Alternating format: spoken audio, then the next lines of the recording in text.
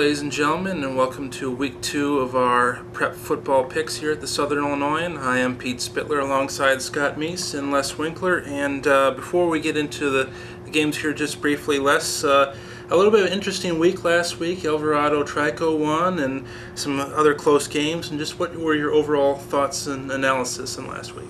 My overall analysis was lousy. I went 11-9 in my picks. If I'm making the playoffs, I don't have enough playoff points to sneak in on that. There were some interesting games. I didn't see Harrisburg beating Mount Carmel at Mount Carmel. I didn't see Marion losing to Granite City, and obviously there were 7 other games I didn't see. So it was a very interesting opening week, but that's always the case. I think for me it was almost like Bizarro World at some point, because West Frankfort was beating Anna Jonesboro at some point. But let's just get right into it. In Carbondale at Heron, both teams coming off a win last week. Very solid wins on both sides. And Scott, what are your overall impressions of this matchup? It's kind of a difficult one. It is every year. It seems to be one of those games. Maybe a turnover might decide it. I haven't seen Heron yet. I did see Carbondale. I think the Terriers are going to be pretty good this year. I'm going to go with Carbondale in this one, if only for the fact that they're a bigger school, because I think the teams are pretty evenly matched.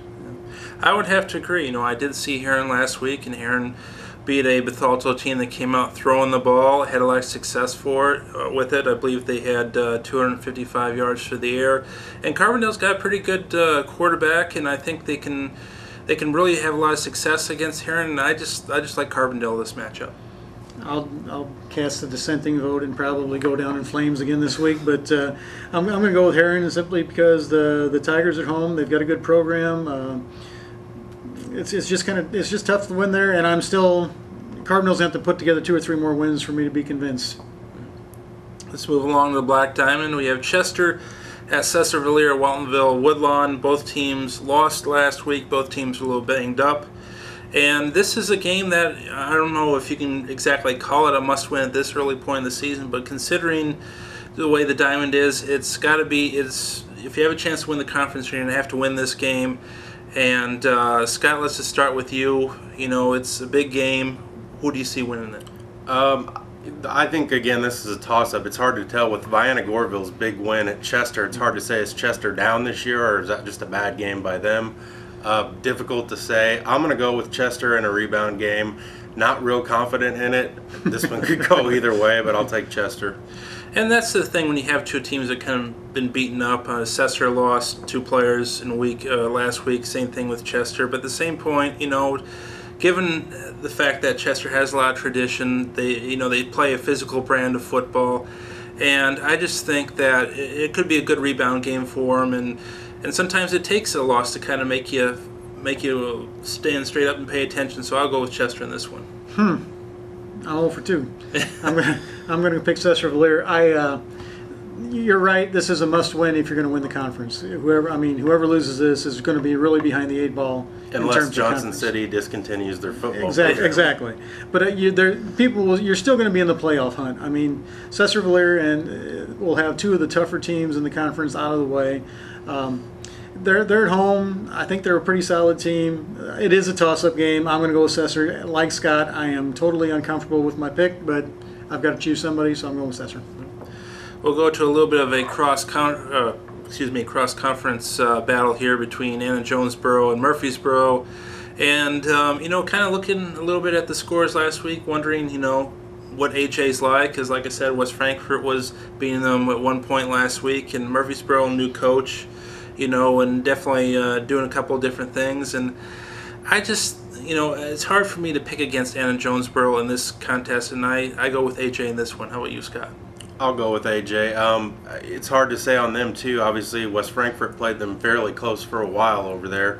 I don't really know a lot about them this year.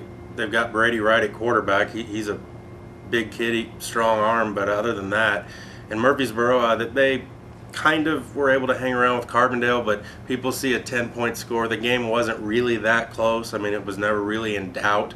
It's hard to say. Murphy's got some pretty good talent there, but their numbers are really low. They don't have much depth at all, so I'm going to go with AJ. AJ is the established program. Murfreesboro is in that seems like forever rebuilding mode. Until I see that they're rebuilt, you got to go with AJ in this one. Back to the Black Diamond, we got Johnson City and at Carmi, and obviously Johnson City, Taylor Kirkman from last week, and I just think that Johnson City's, for as strong as they looked in week 1, I'm going to go with them all the way. How about you, Les? I'm going to go with Johnson City, but Carmi is not a bad looking team. I saw them play against El Dorado last week. They've got some good skill people, and they're pretty tough along the line. But yeah, Johnson City I think is just loaded this year. I look for them to struggle to beat Carmi, but I'll go with Johnson City. I'll go with Johnson City too, probably by a lot. Carmi's got a real good sophomore quarterback, Chase Saylor. Their numbers are still down a little bit too, and Johnson City, even without the stud Kirkman, they're just really, really talented. That's just all there is to it. Saylor made a huge difference last week. He was out with cramps most of the second half, and Carmi was not the same team with him on the sideline. So he's going to be a very good player. And finally, DuQuoin at Harrisburg, a great rivalry game. Both teams coming in at 1-0. Harrisburg beating Mount Carmel for the first time since 2005. But also in that year, DuQuoin beat Harrisburg that next week. And honestly, this is a game I had a hard time with. I sat down, I looked at it, and tried and debate it. And to me, what really makes the difference is that DuQuoin only has 2 players who are going both ways this season. And when you have depth like that, it's hard to pick against that. So I'll go with DuQuoin in this one. Scott, what do you think? I'll go with DuQuoin too.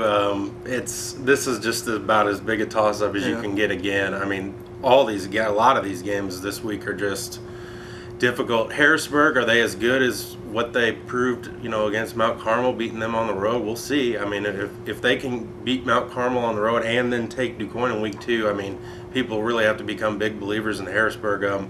I'll go with DuQuoin by slim margin. Well, I'm either going to look very smart or very stupid this week.